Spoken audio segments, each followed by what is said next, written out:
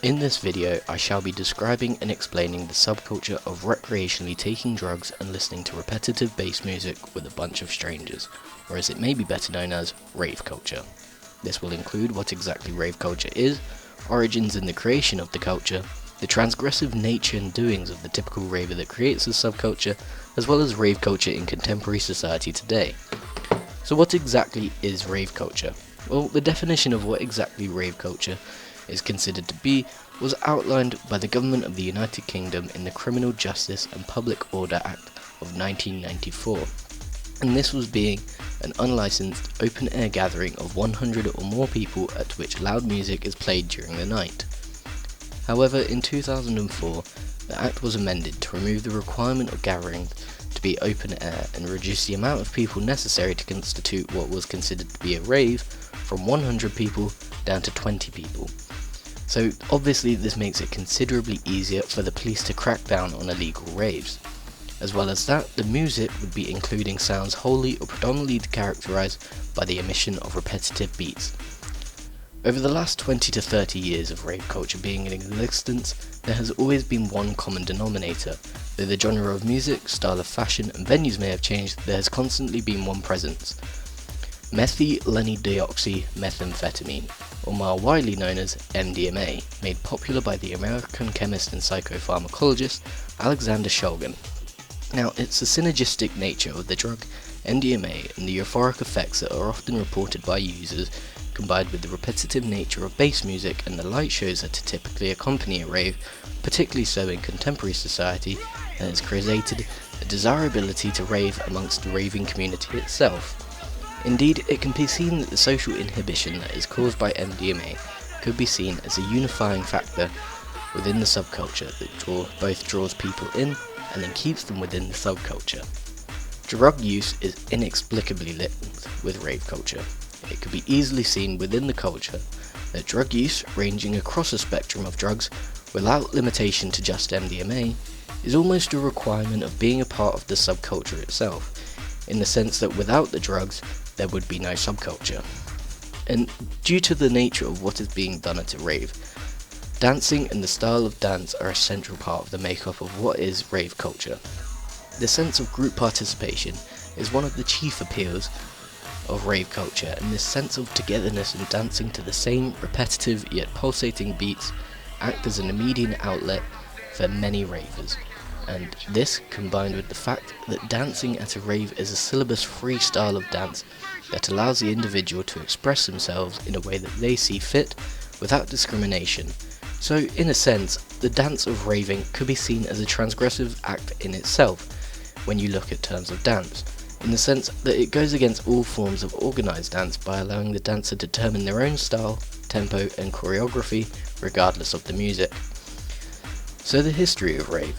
The origins of rave culture lie in the acid house movement in the mid to late 1980s in the industrial north area of the United States of America, particularly in cities such as Chicago and New York.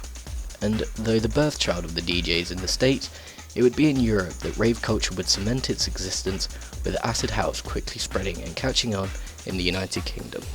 And as bass music developed, new genres were found, rave culture spread to Europe, particularly to the Spanish island of Ibiza, where some of the world's most recognizable rave nightclubs call home, such as Amnesia and Club Pash. Rave culture has been received with hostility to the lack of social integration to the norms of the mainstream, especially from the government in the United Kingdom, as can be seen once again through the Criminal Justice and Public Order Act of 1994, which gives authorities the power to stop gatherings over 20 people and the power to stop and direct individuals within a 5-mile radius away from a rave, so long as the police have reasonable suspicion that said individual will be attending said rave, and those who do not comply can be subjected to a maximum fine of £1,000, a price that many ravers may have to pay if they are caught by the police trying to attend an illegal rave. Now, in the early days of raving, many events would be held illegally on private property not owned by the organisers, in venues such as open countryside, abandoned buildings or even warehouses, and this, combined with the illicit drug use that would occur at these events, caused more police intervention and targeting of raves, and essentially the demonization from the media, as police considered it to be an evil of our time. Now, the transgression itself, as has been seen throughout the video, the use of illicit drugs has been a common theme, and this is one of the dominant factors of transgression. The drug use ranges over a spectrum of substances though, from the infamous MDMA, cocaine, marijuana, ketamine, LSD, 2CB, speed, to various other chemical substances.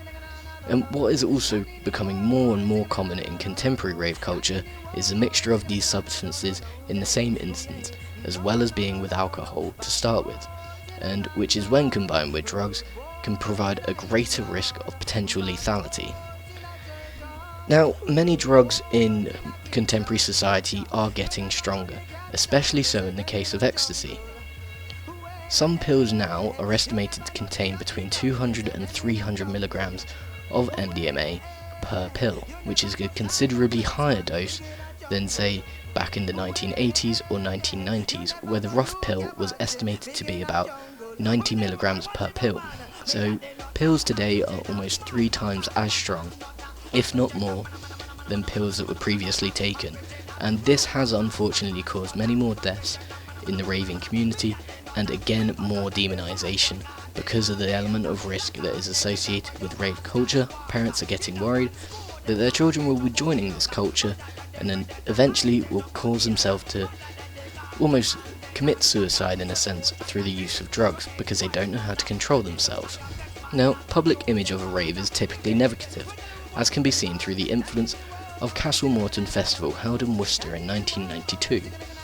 It was a spontaneous week-long festival with as many as 40,000 people in attendance, and by becoming a focus point of media interest through this festival, rave culture would be seen as an immoral, hedonistic subculture by large portions of the public.